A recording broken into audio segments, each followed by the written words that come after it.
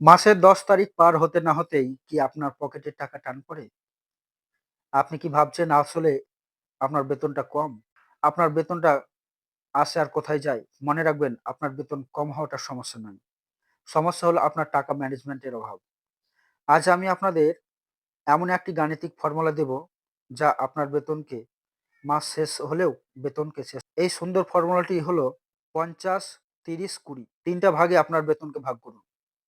৫০, ৩০, ২০ এই যে ৫০ কথাটা উল্লেখ হলো, এখানে ৫০% আপনার ঘর ভাড়া, বাজার অর্থাৎ প্রয়োজনের ক্ষেত্রে আপনি ৫০% ব্যয় করুন। আপনার বেতনের ৫০% আপনি প্রয়োজনে ব্যয় করুন। বাকি রইল ৭০%, তার মধ্যে এখনো ৩০% হচ্ছে আপনার শখ, রেস্টুরেন্টে খাওয়া, মুভি দেখা, আরো অন্যান্য শখের ক্ষেত্রে ইচ্ছা, যেটা আপনার ইচ্ছা, সেখানে আপনি ৩০% ব্যয় করুন।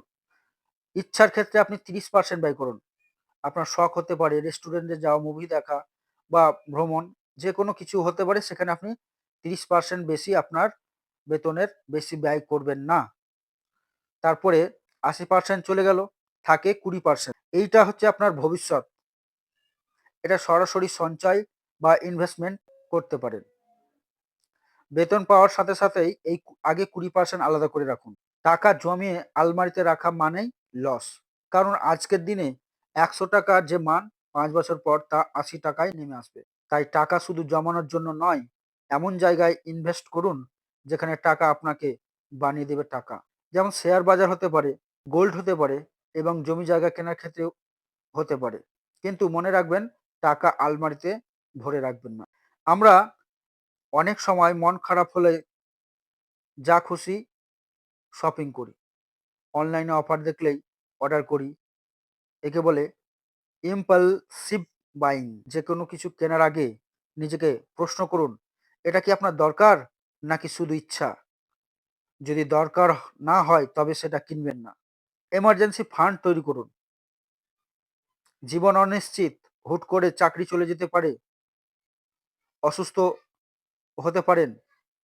তাই আপনার মাসিক খরচের অন্তত ৬ মাসের সমপরিমাণ টাকা একটি আলাদা অ্যাকাউন্টে রাখুন, যেটা আপনি হাত দেবেন না। এটা আপনাকে মানসিক শান্তি দেবে। নিজের সামর্থ্যের বাইরে খরচ করা বন্ধ করুন।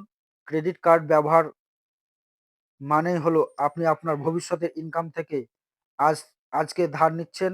ঋণের কিস্তি যেন আপনার বেতনের ১৫ থেকে ২০% বেশি না হয়। মনে রাখবেন, মানুষ কত টাকা ইনকাম করে সেটা দিয়ে সে ধনী হয় না, বরং কত টাকা ধরে রাখতে পারে সেটা দিয়েই তার আর্থিক অবস্থা বোঝা যায়। আপনি যদি আপনার বেতনকে ঠিক মতো কমান্ড না করতে পারেন, তবে মাস শেষে আপনার কাছে টাকা আপনাকে নিয়ন্ত্রণ করবে।